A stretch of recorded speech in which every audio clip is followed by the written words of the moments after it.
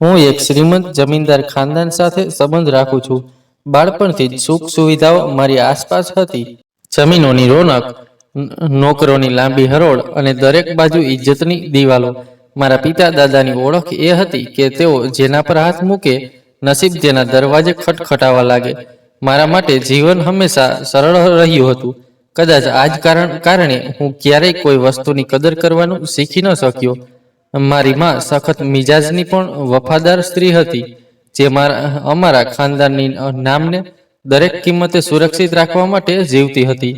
તેમની નજરમાં ઇજ્જત જ બધું હતું, અને એ ઇજ્જતને બચાવવા માટે મેં ઘણી વખત મારી લાગણીઓનું બલિદાન આપ્યું.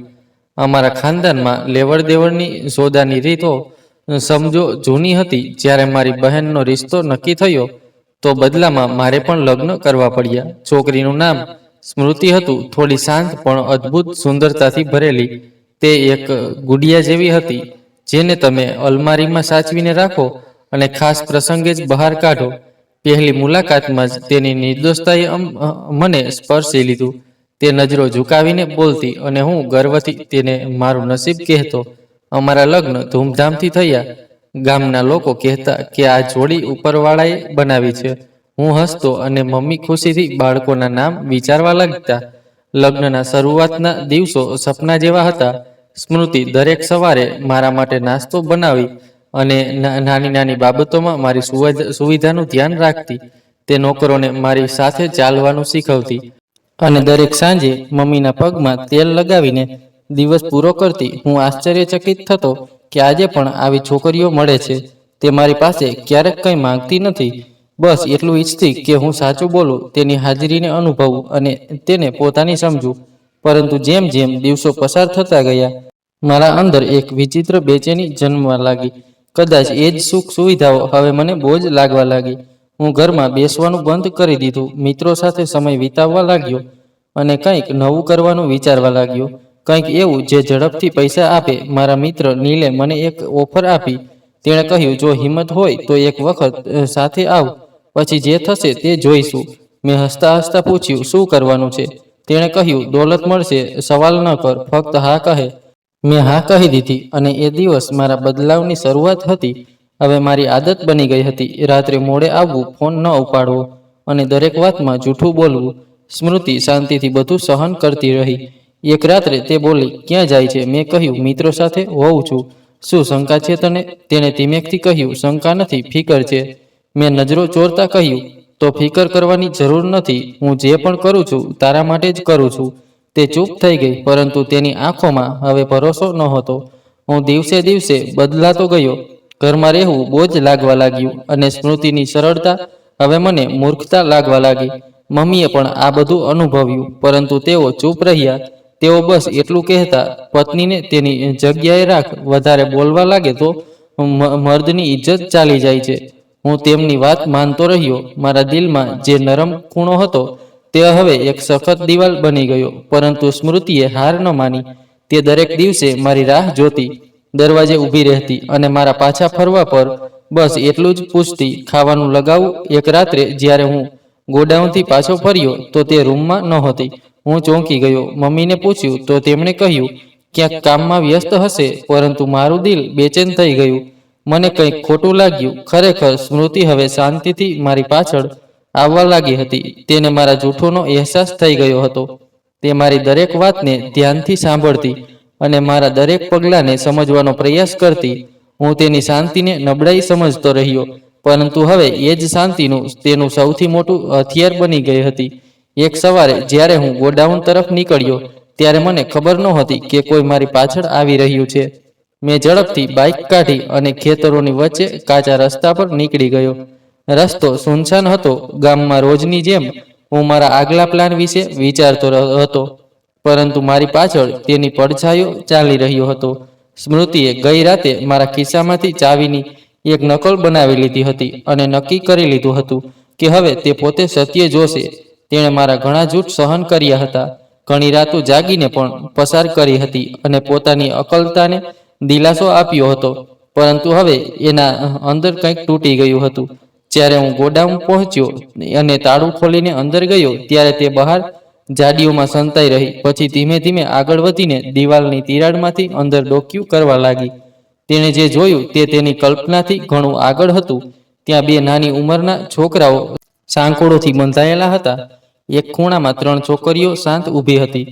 તેમની આંખોમાં ડર જામી ગયો હતો. એક રૂમમાં સ્કૂલની બેગ, કપડાં અને નકલી દસ્તાવેજો પડ્યા હતા. સ્મૃતિના વિશ્વાસ ઝડપી થઈ ગયા. તેનું દિલ ધ્રુજવા લાગ્યું, પરંતુ તે ચીસ પાડી ન શકી. તે ઘૂંટણે બેસી ગઈ અને જમીન પર હાથ મૂકીને પોતાને સંભાળવાનો પ્રયાસ કરવા લાગી. થોડી વાર ત્યાં જ બેઠી રહી. પછી પાછળ હટીને ધીમે ધીમે દોડતી ગામ તરફ પાછી ફરી. રસ્તામાં ઘણી વખત રોકાઈ, પાછળ મૂડીને જોયું, જાણે ડરતી હોય કે કોઈનો તેનો પીછો કરી રહ્યું છે. ઘરે પહોંચીને તે સીધી પોતાના રૂમમાં ગઈ, દરવાજો બંધ કર્યો અને ચૂપચાપ ફર્શ પર બેસી ગઈ. થોડી વાર પછી જ્યારે હું આવ્યો તો હંમેશાની જેમ તેણે નમસ્તે કર્યું, પરંતુ તેની આંખોમાં કંઈક અલગ હતું. મેં પૂછ્યું, શું થયું? તબિયત ઠીક છે? તે ચૂપ રહી. સાંજે તેણે પહેલીવાર મારી સામે બેસીને મારી આંખોમાં આંખો નાખીને કહ્યું, મારે તારી સાથે કંઈક વાત કરવી છે.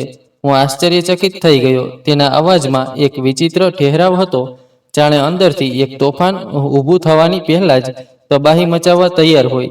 મેં પૂછ્યું, શું વાત છે? આવું કેમ જોઈ રહી છે?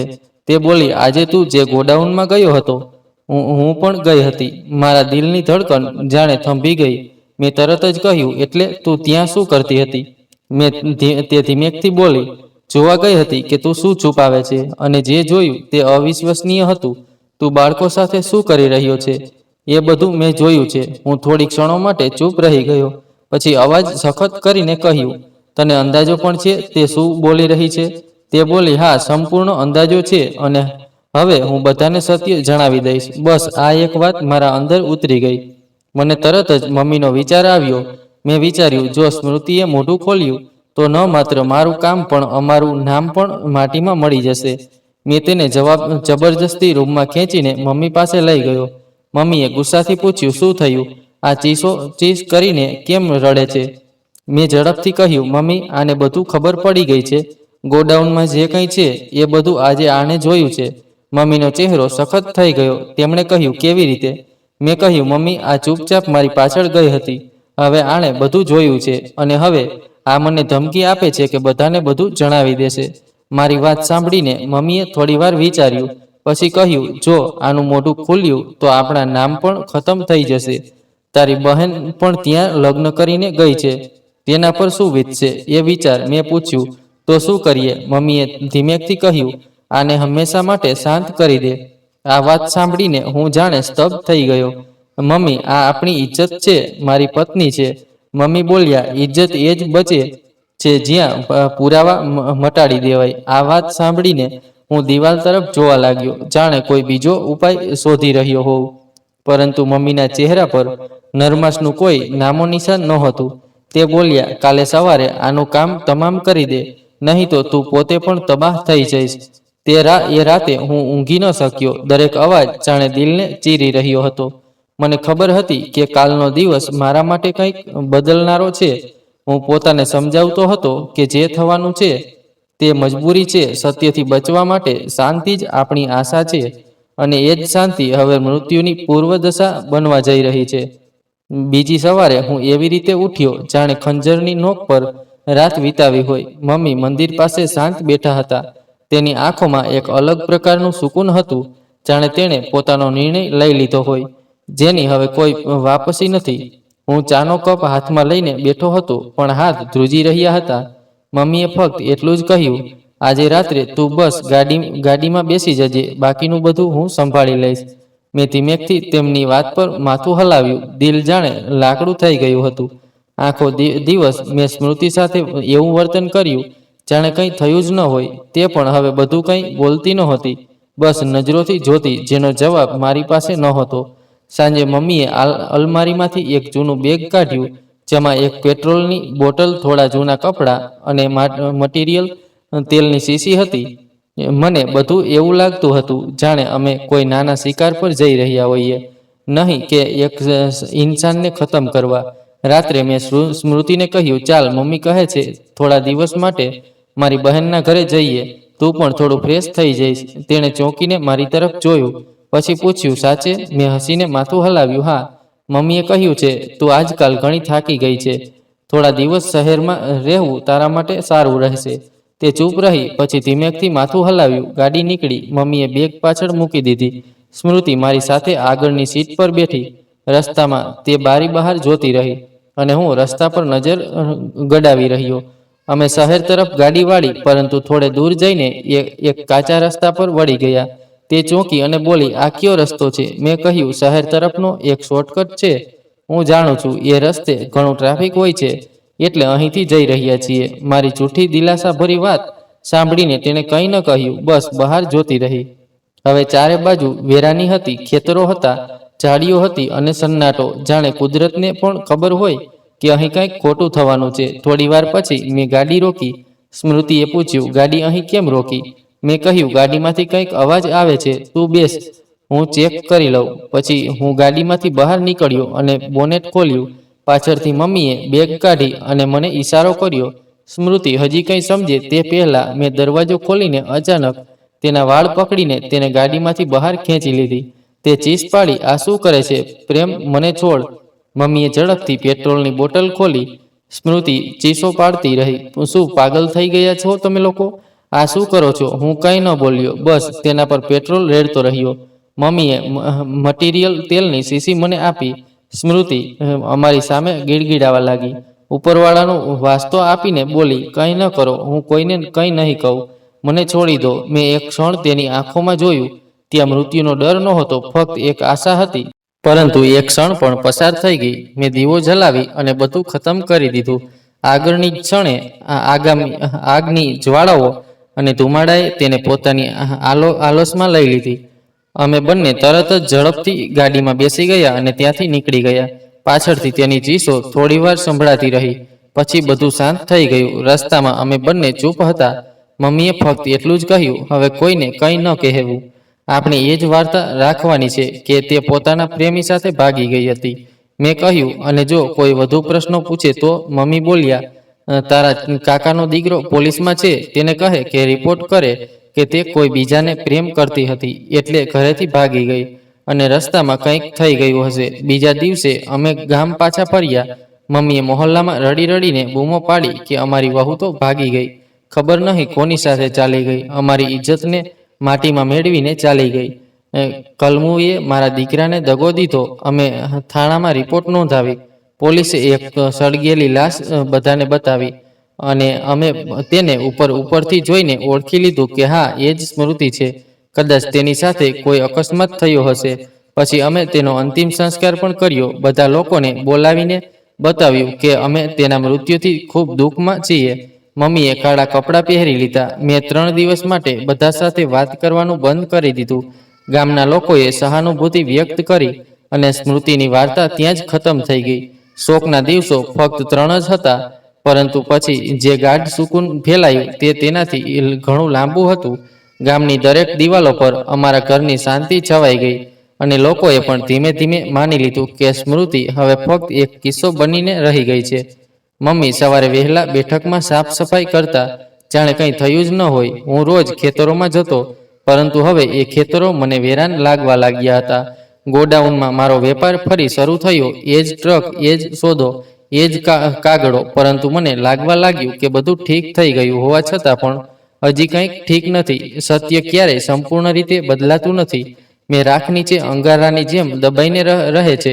મારા શાળા અનીસે અચાનક ગામમાં વધુ સમય વિતાવવાનું શરૂ કર્યું. તેની આદતો મને બદલાયેલી લાગવા લાગી. તે રોજ મોહલ્લામાં કોઈની સાથે મળતો, વાતો કરતો, ક્યારેક કોઈ સાથે કલાકો સુધી, તો ક્યારેક બસ આંખોમાં જોઈને ચૂપચાપ ચાલ્યો જતો. એક દિવસ ગલીમાં મારી અને તેની ટક્કર થઈ ગઈ. તે મને ઘૂરતો રહ્યો અને હું હસીને વાત ટાળી ગયો. પછી બોલ્યો, શું વાત છે અનીસ, આજકાલ તું ઘણો ફ્રી થઈ ગયો છે? તે બોલ્યો, હા, બસ હમણાં કંઈક જોડવાનો પ્રયાસ કરું છું. અને પછી શાંત થઈને ત્યાંથી ચાલ્યો ગયો. એ દિવસે તેની આંખોમાં કંઈક એવું હતું જેણે મને બેચેન કરી દીધો.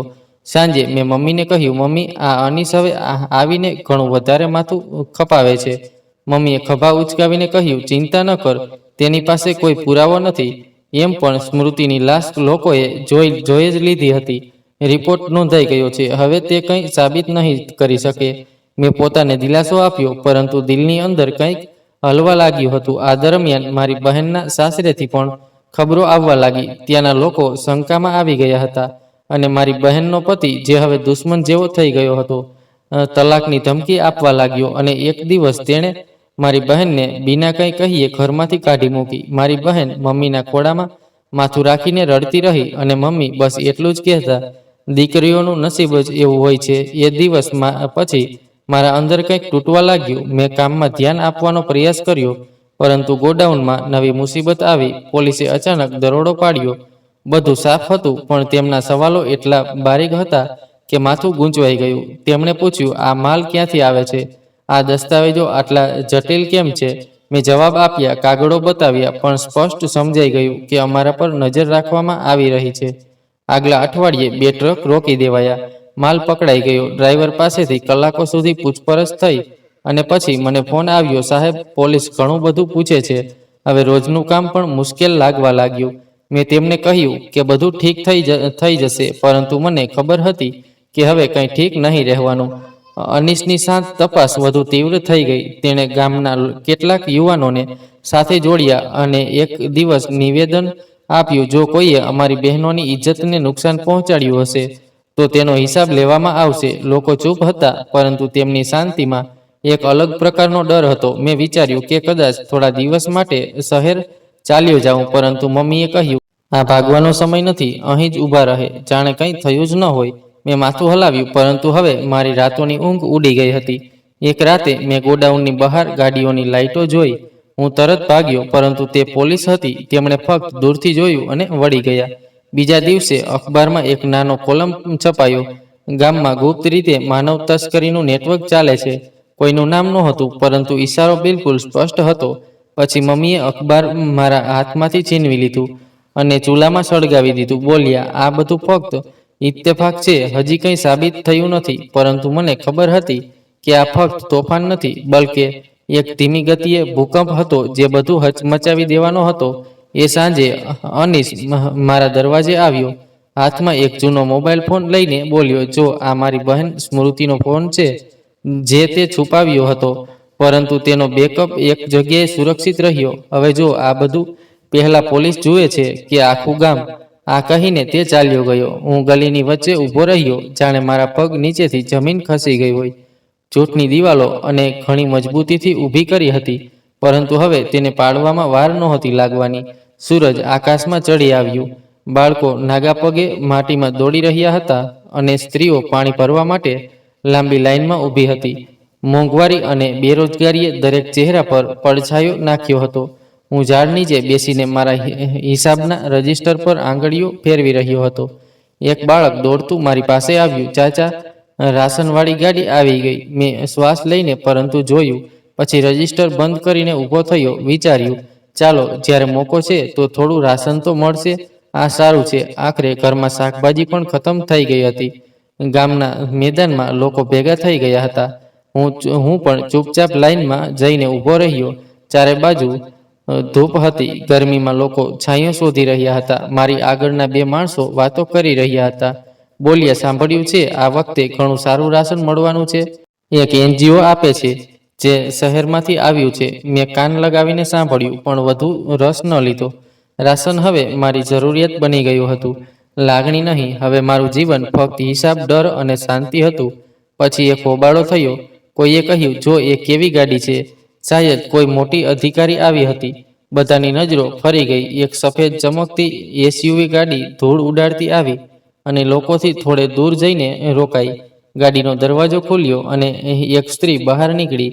પહેલાં તો ધૂપના કારણે તેનો ચહેરો સ્પષ્ટ દેખાયો નહીં, પરંતુ જેવી તે આગળ વધી, મારા હાથ ધ્રુજવા લાગ્યા. એ જ હતી. મારા ગળામાં જાણે કાંટા ઉગી ગયા. જીભ સુકાઈ ગઈ. આંખો ફાટીને જોયું, પણ એ દ્રશ્ય બદલાયું નહીં. એ જ નાક નકશ, એ જ લાંબા વાળ, એ જ સાદા કપડાં. પરંતુ આ વખતે કંઈક અલગ હતું. તે હજી શાંત હતી, પરંતુ તેની શાંતિમાં એક મજબૂત તાકાત હતી. તે લોકો સાથે હસીને વાતો કરતી હતી, હાથમાં રાશનના થેલા પકડીને સ્ત્રીઓને આપતી હતી, બાળકોના માથા પર હાથ મૂકતી હતી. મારી સાથે ઊભેલા માણસે કહ્યું, આ તો ઘણી શરીફ લાગે છે, કોઈ NGOથી આવી છે. મેં ગરદન ફેરવી, જાણે તેની વાત સાંભળી જ નથી. મારા પગ જાણે બોજ બની ગયા હતા, પણ હું હલવાની હિંમત ન કરી શક્યો. પછી અચાનક તે સીધી મારી તરફ આગળ વધી. તેની આંખો હવે મારી સામે હતી. તેને નજીકથી જોયું તો તેનો એક ચહેરો થોડો સળગેલો હતો, પરંતુ નજરો એ જ હતી, જખમની પાછળ જીતેલી. તેણે કંઈ ન કહ્યું, બસ એક થેલો મારા પગ પાસે મૂકી દીધો. પછી આ હળવા અવાજે કહ્યું, હવે સળગવાનો વારો તારો છે. પ્રેમ. આ શબ્દો મારા અંદર વીજળીની જેમ ચમકી ગયા. મારી સામે જાણે ધુમ્મસ છવાઈ ગયું. દિમાગ ગયેલા સમયના દ્રશ્યોથી ભરાઈ ગયું. આગ, ચીસો, મમ્મી અને એક ક્ષણ જ્યારે મેં દીવો જલાવી હતી. બધું એક ફ્રેમની જેમ આંખો સામે ફરવા લાગ્યું. હું લડખડાયો, હાથ લંબાવીને કંઈક પકડવાનો પ્રયાસ કર્યો, પરંતુ મારા હાથ હવામાં જ રહી ગયા. તે પાછળ ફરી ગઈ, ધીમે ધીમે પોતાની ગાડી તરફ ગઈ. બધા લોકો તેની આસપાસ હતા. કોઈ તેને દુઆ આપતું હતું, કોઈ આભાર માનતું હતું. તે બધા સાથે એવું વર્તન કરતી હતી જાણે જીવનમાં કોઈએ તેને ક્યારેય સળગાવવાનો પ્રયાસ જ ન કર્યો હોય. ગાડીમાં બેસતા પહેલા તેણે એકવાર મૂડીને મને જોયું. એ નજર નહોતી, એ નફરત નહોતી, એ રહેમ નહોતી. એ ફક્ત એક ઘોષણા હતી, ઘોષણા કે રમત ખતમ થઈ ગઈ છે અને હવે હિસાબનો સમય છે. મેં નજરો ઝુકાવી દીધી, જાણે તેની નજરોએ મારા અંદરનો પડદો ચીરીને બધું જોઈ લીધું હોય. પછી ગાડી રવાના થઈ, ધૂળ ઉડવા લાગી અને એ દ્રશ્ય નજરોમાંથી ગાયબ થઈ ગયું. પરંતુ તેની હાજરી જાણે ગામના મહોલ્લામાં બસી ગઈ હતી. બધા વાતો કરવા લાગ્યા કે ઘણી શરીફ સ્ત્રી છે. મેં સાંભળ્યું છે કે તે બાળકો માટે કામ કરે છે. ક્યાંથી આવી હતી ખબર છે? કોઈએ કહ્યું, પોતે કોઈ જુલ્મમાંથી બચી છે, હવે બીજાને બચાવે છે. હું દરેક અવાજ સાંભળતો હતો, પરંતુ કંઈ બોલી ન શક્યો. ઘરે પહોંચ્યો. મમ્મી દરવાજે બેસીને ચૂલો સળગાવી રહ્યા હતા. મેં તેમને ફક્ત એટલું જ કહ્યું, એ સ્મૃતિ જીવતી છે. મમ્મીએ ચોંકીને મારી તરફ જોયું. કોણ? મેં જવાબ આપ્યો, સ્મૃતિ. એ આવી હતી રાશન વહેંચવા. બધું જોઈ લીધું. સાંભળીને મમ્મીના હાથમાંથી ચીમટો પડી ગયો. તે બોલ્યા, એ કેવી રીતે શક્ય છે? મેં તેમની વાત કાપીને કહ્યું, શક્ય છે, આ ઉપરવાળાનું કામ છે. અમે બંને ચૂપ થઈ ગયા. રૂમમાં ફક્ત લાકડાના સળગવાનો અવાજ હતો અને રાશનના થેલાઓની સુગંધ, જે હવે મારા પગ પાસે રાખેલા હતા. જાણે સ્મૃતિએ મારા પર પોતાની વાપસીની મહોર લગાવી દીધી હોય. 2 અઠવાડિયા વીતી ગયા. તે દિવસથી જ્યારે સ્મૃતિએ રાશનના થેલા સામે મારા દરવાજે પોતાનો શાંત પોગામ છોડ્યો હતો, હું દરેક દિવસ એ જ ડરમાં જીવી રહ્યો હતો કે એ દ્રશ્ય ફરીથી પાછું આવશે. પરંતુ અંદાજો નહોતો કે આ વખતે ફક્ત દ્રશ્ય નહીં, આખો હિસાબ મારા માથે આવી પડશે. સવારનો સમય હતો. સૂરજનો પહેલો કિરણ હજુ જમીનને ચમકાવી રહ્યો હતો. ત્યારે અચાનક દરવાજે ટકોર થઈ. મમ્મી ગભરાઈને ઊભી થઈ અને હું પણ દરવાજો ખોલવા લાગ્યો તો દરવાજે પોલીસવાળા ઊભા હતા. એક અધિકારીએ મોટા અવાજે મારું નામ લીધું. પ્રેમ. હું ખચકાતા બોલ્યો, જી. તો તેણે કહ્યું, તમને બાળકોની ગેરકાયદેસર હેરફેર અને અપહરણના આરોપમાં ધરપકડ કરવામાં આવે છે. મારા પગ નીચેથી જમીન ખસી ગઈ. મેં કંઈક કહેવાનો પ્રયત્ન કર્યો કે આ કોઈ ગેરસમજ છે, પણ ત્યાં સુધીમાં એક સિપાહીએ મારા હાથમાં હથકડીઓ ચડાવી દીધી હતી. ગોદામ ક્યાં છે? અધિકારીએ સવાલ કર્યો. હું નજર ચોરીને બોલ્યો, કયું ગોદામ? એક સિપાહી આગળ આવ્યો, મારી ગરદન પકડીને બોલ્યો, એ જ ગોદામ જેનું સરનામું અમને તે વિડીયોમાંથી મળ્યું છે. તેણે ફોન કાઢીને મને બતાવ્યું કે સ્મૃતિનો ગુપ્ત રીતે રેકોર્ડ કરેલો વિડીયો, જેમાં બાળકો સાંકળોમાં જકડાયેલા હતા અને હું જાતે તેમની સાથે સોદો કરતો હતો. મારા ગળામાંથી અવાજ નીકળ્યો. મારા સપના, જે ક્યારેક જમીનદારોની શાન હતા, હવે અખબારોની હેડલાઇન્સ બનવાના હતા. મને પોલીસની ગાડી સુધી લઈ ગયા. બહાર મહોલ્લાના લોકો ભેગા થઈ ગયા હતા. એક વૃદ્ધ સ્ત્રીએ કહ્યું, અમે તેને ઇજ્જત આપતા હતા અને તે બાળકોની જિંદગી દાવ પર લગાવી. એક યુવાને નારો લગાવ્યો, આવા લોકોને ચોકમાં લટકાવવા જોઈએ. મારા પગ લડખડાઈ રહ્યા હતા, પણ હાથકડીએ મને સીધું ચાલવા મજબૂર કર્યું. પોલીસે ગોદામ પર દરોડો પાડ્યો. ડઝનબંધ બાળકો કેદમાં રડી રહ્યા હતા. એક છોકરો ચેકઅપ દરમિયાન બોલ્યો, કોઈએ અમને માર્યા હતા. આ જ વ્યક્તિએ વિડીયો મોકલ્યો હતો, તસવીરો, નકલી ઓળખપત્રો, બધું જ પુરાવા બની ગયું. ન્યૂઝ ચેનલો પર બ્રેકિંગ ન્યૂઝ ચાલી. જમીનદાર અને વેપારી હસ્તી માનવ તસ્કરીમાં ધરપકડ. બાળકોને ત્યાંથી બહાર કાઢવામાં આવ્યા. મારી તસવીર દરેક ચેનલ પર હતી. જૂની ફાઇલો ખુલી ગઈ. મારા જૂના રેકોર્ડ, બધું સામે આવી ગયું. જે લોકો ગઈકાલ સુધી મારી સાથે વેપાર કરતા હતા, તેમણે હવે ફોન બંધ કરી દીધા. જે સગા વહાલા વાતો કરતા હતા તે હવે ગાળો બોલવા લાગ્યા. જેલમાં પહેલી રાતે હું ફર્શ પર સૂતો વિચારતો હતો, તે બચી કેવી રીતે? તે તો મરી ગઈ હતી ને. બીજા દિવસે ટીવી પર એક કાર્યક્રમમાં એન્કરે જાહેરાત કરી, આજે અમે તમને મળાવીશું તે બહાદુર સ્ત્રી સાથે જેણે એકલી સિસ્ટમ સામે લડાઈ લડી. સ્મૃતિ, જે પોતે બળી ગઈ હતી પણ જીવતી બચી ગઈ. કેમેરો સ્મૃતિ પર ગયો. તે સાદા કપડામાં ચહેરા પર સ્પષ્ટ દાઝિયાના નિશાન સાથે બેઠી હતી.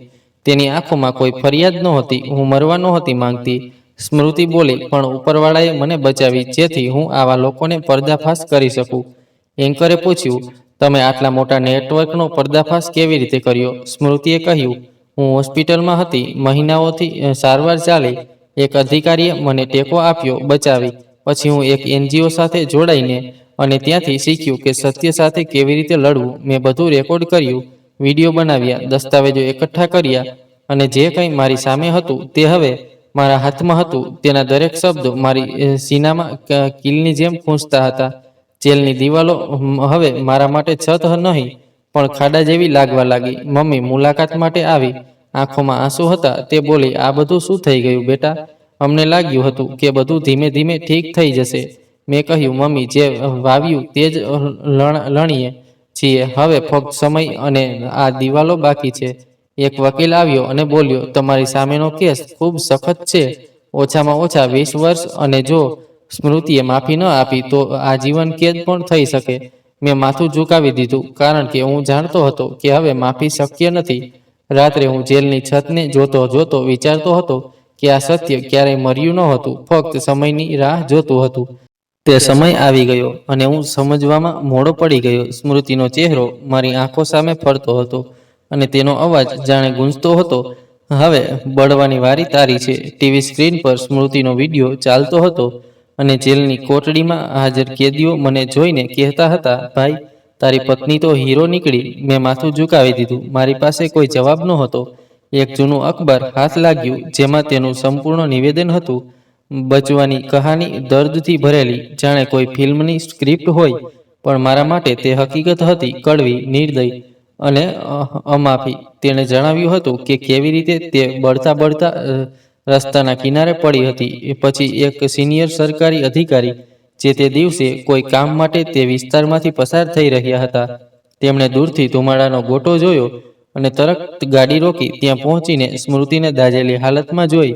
રસ્તે જતા લોકોએ તેને મૃત માની લીધી હતી, પણ તે અધિકારીએ તેની નાડી તપાસી અને તરત એમ્બ્યુલન્સ બોલાવી. સ્મૃતિએ કહ્યું, જ્યારે મને હોસ્પિટલ લઈ જવામાં આવી, હું હોશમાં નહોતી. 3 દિવસ પછી જ્યારે આંખ ખુલી, ત્યારે મારા શરીરનો નીચેનો ભાગ દુપટ્ટાઓમાંથી લપેટાયેલો હતો. દર્દ અસહ્ય હતું, પણ મારા દિલમાં જાણે કોઈ નવી રોશની હતી, જાણે હું મરીને ફરી જીવી ઉઠી હોઉં. મહિનાઓ સુધી તે આઈસીયુમાં રહી, દરેક દિવસ અને રાત દર્દ સામે જૂઝતી. તેની ચામડી ઉતરી ગઈ, ગ્રાફ્ટિંગ થયું, સાથે સાથે સાયકોલોજીક થેરેપી પણ અપાઈ. ડોક્ટરે ઘણી વખત હાર માની લીધી, પણ તેણે નહીં. એક નર્સે જણાવ્યું કે તે ચૂપચાપ ફક્ત પ્રાર્થના કરતી રહેતી. જ્યારે અમે તેના ઘા સાફ કરતા, તે દાંત પીસીને દર્દ સહન કરતી, પણ એક વખત પણ ચીસ ન પાડી. હોસ્પિટલના સ્ટાફે તેને નામ આપ્યું, આગમાંથી બચેલી સ્ત્રી. તે અધિકારી જેમણે તેને બચાવી હતી, તે વારંવાર હોસ્પિટલ આવીને તેની ખબર લેતા. તેમણે તેનો સંપૂર્ણ સાથ આપ્યો અને પછી તેને સૂરજ નામની એક NGO સાથે જોડી. ત્યાં એવા બાળકો રહેતા જેઓ કોઈને કોઈ રીતે અત્યાચારનો ભોગ બન્યા હતા. સ્મૃતિએ ત્યાં દર્દી તરીકે નહીં, પણ રક્ષક તરીકે પ્રવેશ લીધો. જ્યારે તે ચાલવા ફરવા લાયક થઈ ગઈ, તે જ દિવસથી તેણે બાળકોની રક્ષાનો બોર્ડ ઉપાડ્યો. NGO સાથે જોડાયેલા એક વકીલે જણાવ્યું, સ્મૃતિએ ક્યારેય પોતાને પીડાતી નથી ગણાવી. તેણે કહ્યું, મને હીરો ન બનાવો, હું ફક્ત સત્યની સાથે ઊભી છું. તે સ્કૂલે ગઈ, ગામ જઈને સેમિનાર ભાગ લીધો, બાળકોના હક્કો પર વ્યાખ્યા આપ્યા, સરકારને અપીલ કરી કે માનવ તસ્કરી સામે સખત પગલાં લેવામાં આવે. હું જેલમાં હતો અને સાંભળતો રહ્યો. એક દિવસ એક નવો કેદી આવ્યો, જે બીજી જેલમાંથી ટ્રાન્સફર થઈને આવ્યો હતો. તે બોલ્યો, મેં તે સ્ત્રીને એક વખત વ્યાખ્યા આપતી સાંભળી છે. તે કહે છે કે આપણે બધા એક ફરજ છીએ. આપણા પર અત્યાચાર થયો છે તો એ પ્રત્યે કરીએ કે બીજા પર ન થાય. તે હસતા બોલ્યો, અને તું તેનો પતિ હતો, તે આ શું કરી નાખ્યું યાર? પછી તેણે કહ્યું, સ્મૃતિએ મીડિયાના નિવેદન આપ્યું કે મેં એક એવા વ્યક્તિ સાથે લગ્ન કર્યા હતા જેણે મને ખતમ કરવાનો પ્રયાસ કર્યો, પણ જ્યારે તે રાક્ષસ બની ગયો ત્યારે મેં નક્કી કર્યું કે હવે જિંદગી કોઈ સંબંધના નામે નહીં પણ એક મિશનના નામે હશે. એક એન્કરે પૂછ્યું, શું તમે ફરીથી લગ્ન કરશો? સ્મૃતિએ કહ્યું, ના, મેં પ્રેમ જોયો છે, શબ્દોમાં, સપનાઓમાં અને આખરે રાત્રે. પણ પ્રેમ કામથી બને છે, ફક્ત ડાઘથી નહીં. હવે મારો સંબંધ તે મિશન સાથે છે જેમાં એક બાળકે બચાવવાનો અર્થ એક દુનિયા બચાવવાનો છે. તે દર અઠવાડિયે કોઈ નવા કેસમાં કોર્ટ જાય છે અને પોતાની કહાનીને ઉદાહરણ બનાવીને સિસ્ટમ સામે રજૂ કરે છે. તે તૂટી પણ વેચાઈ નહીં, તે વિખેરાઈ પણ પોતાને સમેટી લીધી. તેણે કહ્યું, હું ઈચ્છું તો બદલો લઈ શકત, પણ મેં ન્યાય પસંદ કર્યો અને સાચો રસ્તો અપનાવ્યો. તે રસ્તો લાંબો હોય છે પણ પરિણામ સાચું આપે છે. ગામના ઘણા લોકોએ તેની વાપસી પછી પોતાને તેના મિશન સાથે જોડ્યા. એક ઉસ્તાદ જેણે અગાઉ મને ઇજ્જત આપી હતી તે હવે તેનો સાથ આપી રહ્યો હતો. એક ગામના માણસે કહ્યું, આ સ્ત્રી ઉપરવાળા તરફથી મોકલેલી નિશાની છે. આપણે તેનો અવાજ બનવું જોઈએ જેથી અત્યાચાર ફરી ન થાય.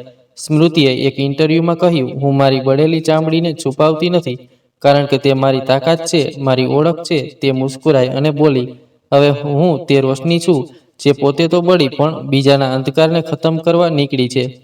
હું જેલમાં ખૂણામાં બેસીને તેની વાતો સાંભળતો રહ્યો અને વિચારતો રહ્યો કે ક્યાંક આ જ સ્ત્રી મારી સાથે એક છત નીચે ચૂપચાપ બેસી રહેતી હતી. મેં તેની ખામોશીને નબળાઈ સમજી અને તે જ ખામોશી આજે મારી સામે સૌથી બુલંદ અવાજ બની ગઈ. કોર્ટની ઇમારતની બહાર મીડિયાની ભીડ હતી. મીડિયાવાળા કોર્ટની સીડીઓ પર કેમેરા લઈને ઊભા હતા. અંદર સન્નાટો હતો પણ દરેક ચહેરો કોર્ટના રૂમ નંબર 5 તરફ ટકી રહ્યો હતો જ્યાં મારી તકદીરનો ફેંસલો થવાનો હતો. હું વકીલ સાથે કોર્ટમાં દાખલ થયો.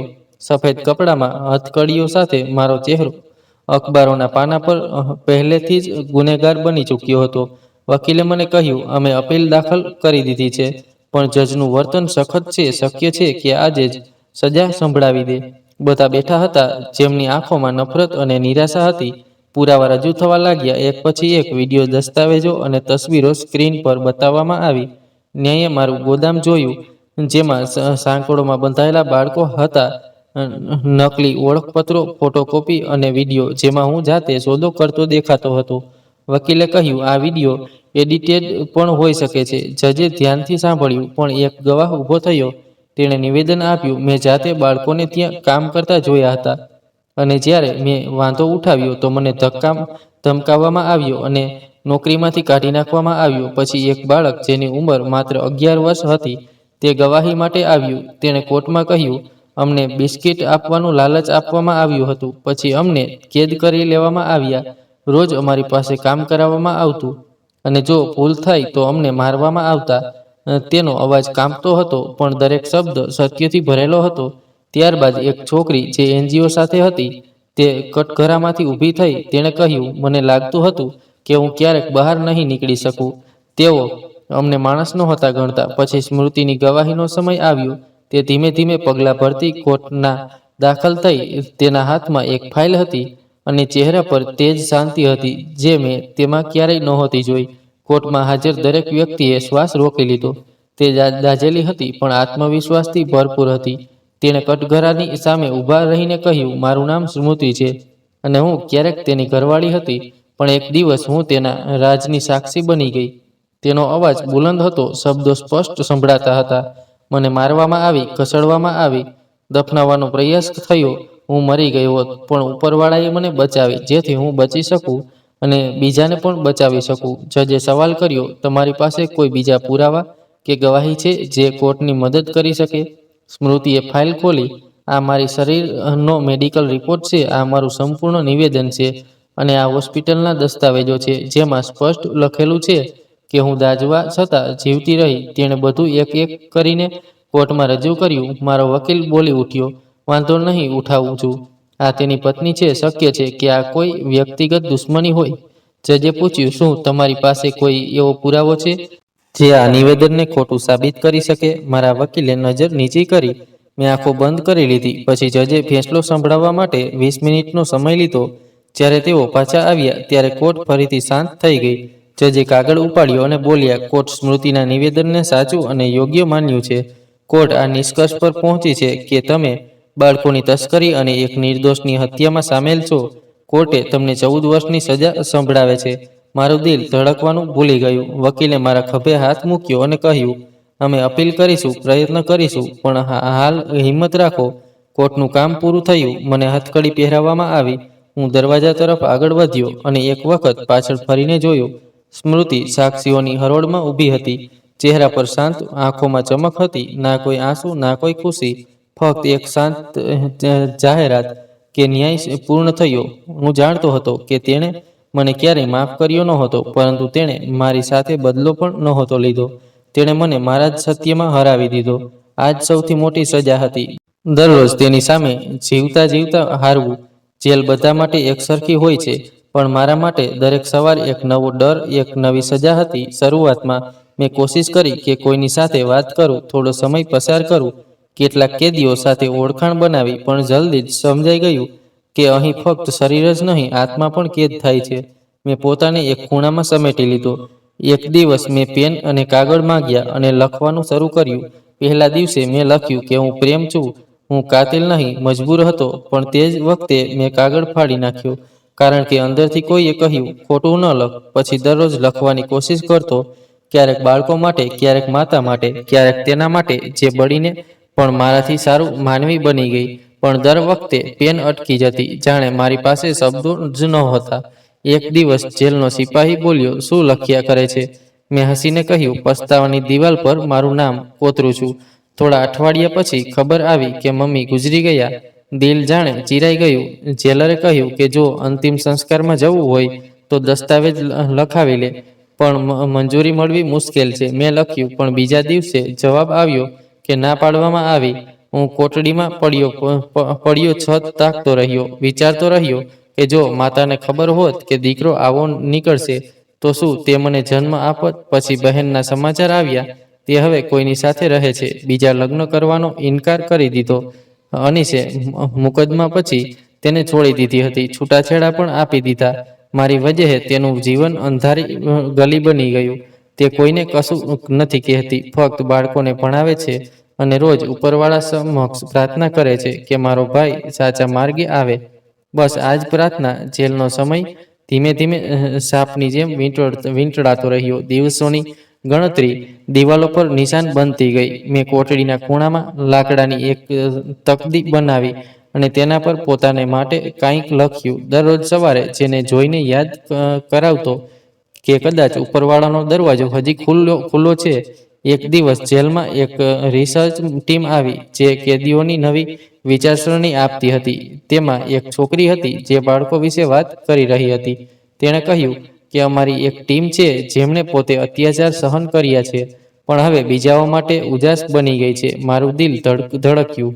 મેં સિપાહીને પૂછ્યું, આ કોની વાત કરે છે? તેણે કહ્યું, સ્મૃતિ ફાઉન્ડેશનની વાત થાય છે. તને તો ખબર હોવી જોઈએ. પણ વાત પૂરી ન થઈ, કારણ કે મારું દિલ તોફાન બની ગયું. તે હજી પણ બાળકો માટે લડી રહી હતી. તે જ રાત્રે મેં પત્ર લખ્યો. શબ્દો મુશ્કેલ હતા, પણ મેં લખ્યું, હું પ્રેમ છું, કેદી નંબર 472. હવે તમારો દુશ્મન નથી, તમારા મિશનનો શાંત સાથી છું. હું પ્રાર્થના કરું છું કે તમને એ સ્થાન મળે જે હું તમને ક્યારેય ન આપી શક્યો. પત્ર મોકલ્યો, પણ જવાબ ન આવ્યો. કદાચ આવવો પણ ન જોઈએ. હવે મારી દરેક સવાર સજા છે અને દરેક રાત પશ્ચાતાપ, પણ દરેક શ્વાસ એક સત્યની ચુંબન છે કે જો સમય પાછળ લઈ જઈ શકતા હોય તો એ પણ રોકી લે. જ્યારે સ્મૃતિએ કહ્યું હતું કે હવે હું બધાને સત્ય કહી દઈશ, પણ સમય તો ચાલી ગયો. હવે ફક્ત એક ખાલી મુઠ્ઠી બચી છે જે ક્યારેક તેનો હાથ પકડી શકી હોત. એક દિવસ જેલનું વાતાવરણ થોડું અલગ હતું. કેદીઓની લાઈન થોડી ગંભીર હતી. સિપાહીઓની અવરજવર વધી ગઈ. જેલરે જાહેરાત કરી કે આજે કેટલાક સામાજિક સ્વયંસેવકો લેક્ચર આપવા આવશે જે કેદીઓના પુનર્વસમાં મદદ કરશે. બધાએ હાજર રહેવું ફરજિયાત હતું. હું માથું નમાવીને બેસીને સાંભળતો રહ્યો. કોઈ નવો ચહેરો, કોઈ નવો અવાજ. મારા માટે હવે માત્ર અવાજ હતો. બપોરે બેઠક ખોલવામાં આવી. બધાને હોલમાં લઈ જવાયા. ત્યાં ટીમ પહેલેથી હાજર હતી. યુવાન છોકરીઓ, કેટલાક પુરુષો અને તેમની સાથે કેટલાક બાળકો. એ જ બાળકો જે ક્યારેક મારા જેવા લોકોના હાથે શિકાર બનતા હતા, હવે તેઓ તેમના માટે ખાસ બની ગયા હતા. તેમણે પ્રોગ્રામ શરૂ કર્યો. બાળકોએ નાના સ્ટેજ ડ્રામા દ્વારા કેટલાક નિયમો જણાવ્યા, જેમાં હક અને શિક્ષણનો સંદેશ હતો. એકે કહ્યું, અમે એક એવી સ્ત્રીના મિશન પર કામ કરીએ છીએ જેણે પોતાનું બધું ગુમાવીને બીજાઓ માટે બધું જીતી લીધું. તે આજે અહીં નથી આવી શકી, પણ તેણે એક ખાસ પત્ર મોકલ્યો છે. એક માણસના નામે જે કદાચ અહીં હાજર છે. મારું દિલ ધડકવા લાગ્યું. તેણે પત્ર બહાર કાઢ્યો અને ધીમે ધીમે વાંચવાનું શરૂ કર્યું. પ્રેમ, હું જાણું છું કે તું જીવે છે અને કદાચ હવે એ શ્વાસ તને બોજ લાગે છે. હું આ પત્ર તને સજા આપવા માટે નથી લખતી, પણ એ જણાવવા માટે કે હું હવે સજાથી આગળ નીકળી ગઈ છું. તારી વજહે હું બળી ગઈ અને તારી જ વજહે હું જાગી. પણ મારા શરીર પર નિશાન છે, પણ મારો આત્મા હવે આઝાદ છે. મેં તને માફ નથી કર્યો, કારણ કે મારી માફી ઉપરવાળાના હકમાં છે, પણ મેં તને પાછળ છોડી દીધો છે. મેં ધીમે ધીમે હાથ લંબાવ્યો, પત્ર માંગ્યો. જેલરે ઈશારો કર્યો અને પત્ર મારા હાથમાં આવ્યો. કાગળની સુગંધમાં તેની હાજરી અનુભવાતી હતી, જાણે તે મારી સામે ઊભી હોય. પત્ર આગળ વંચાતો હતો, હું હવે એ બાળકો સાથે છું જેમને તે કેદ કર્યા હતા, પણ મેં તેમને આઝાદ કર્યા. હું ઈચ્છું છું કે તું પણ હવે પોતાને ઓળખે, ગુનેગાર તરીકે નહીં, પણ એક માનવી તરીકે. જો તું બદલવા માંગે છે તો તારો રસ્તો એ જ હશે મેં પસંદ કર્યો, સેવાનો, સત્યનો અને સાચો રસ્તો. મેં એ પત્ર આંખો સાથે લગાવ્યો.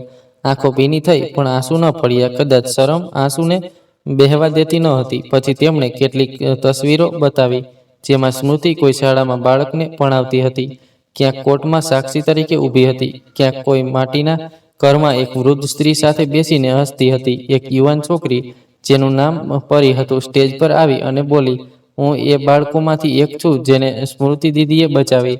મારા મમ્મી પપ્પા મરી ગયા હતા અને હું એક નેટવર્કના હાથે લાગવાની હતી, પણ એ જ દિવસે સ્મૃતિ દીદી ત્યાં પહોંચી ગઈ. તેમણે કહ્યું, હું તને તારું બાળપણ પાછું આપીશ. અને આજે હું અહીં છું, ભણું છું અને બીજાઓને બચાવું છું. એ દિવસથી જેલમાં મારો વ્યવહાર બદલવા લાગ્યો. મેં રોજ નવી નવી સંસ્થાઓની પ્રવૃત્તિઓમાં ભાગ લેવાનું શરૂ કર્યું.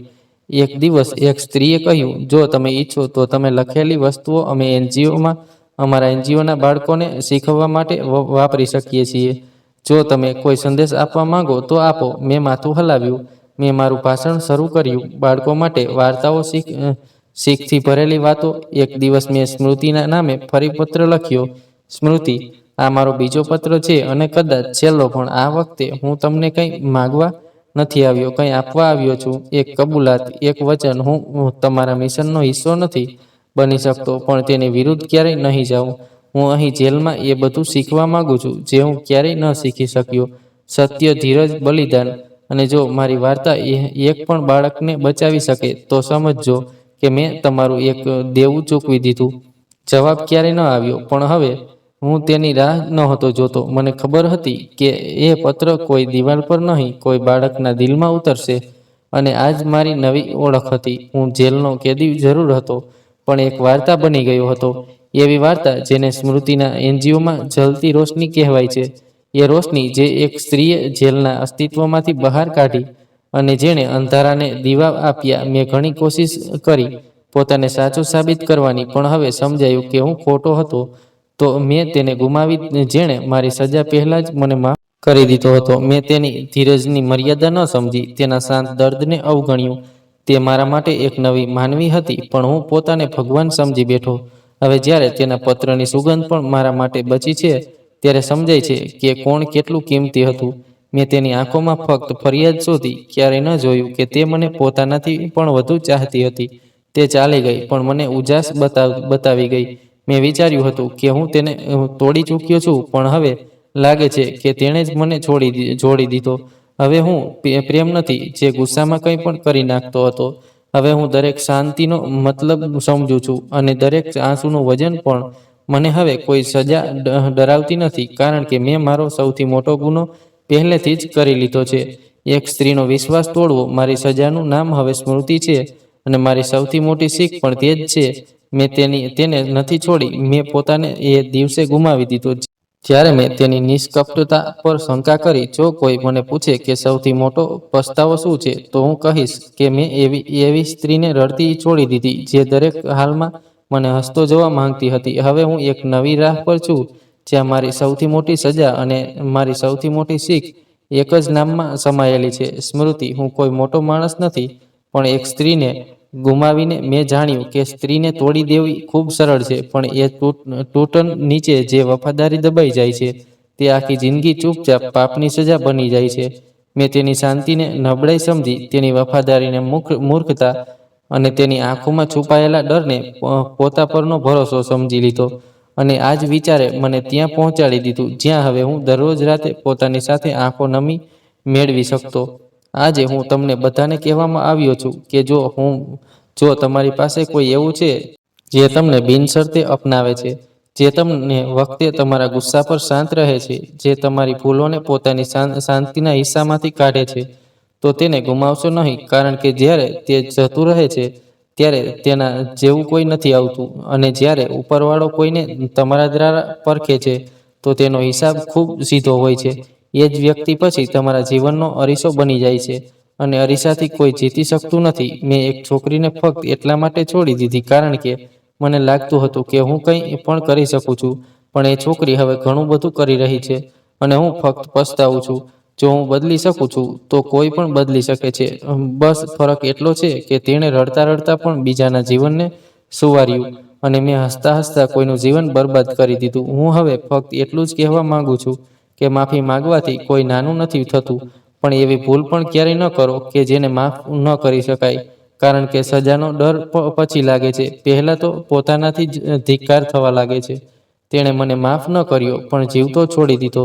વિચારવા માટે, જ્યારે તે ગઈ તો કંઈ લઈને ન ગઈ, પણ મને છોડી ગઈ. એક એવો સવાલ જેને હું આખી જિંદગી નથી સુલઝાવી શક્યો.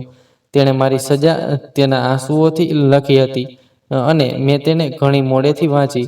તેની દરેક તસવીર એક તમાચો હતો, એ ચહેરા પર જેને હું અરીસામાં જોતો હતો.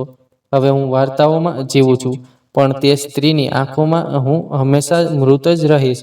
વિડીયોના અંત સુધી ટકી રહેવા બદલ ખૂબ ખૂબ આભાર. ચેનલમાં નવા હોય તો સબસ્ક્રાઇબ કરો, બેલની ઘંટડી દબાવી ઓલ ઉપર સેટ કરો, જેથી કાયમ માટે સમયસર તમને વિડીયોની માહિતી મળતી રહે. આભાર.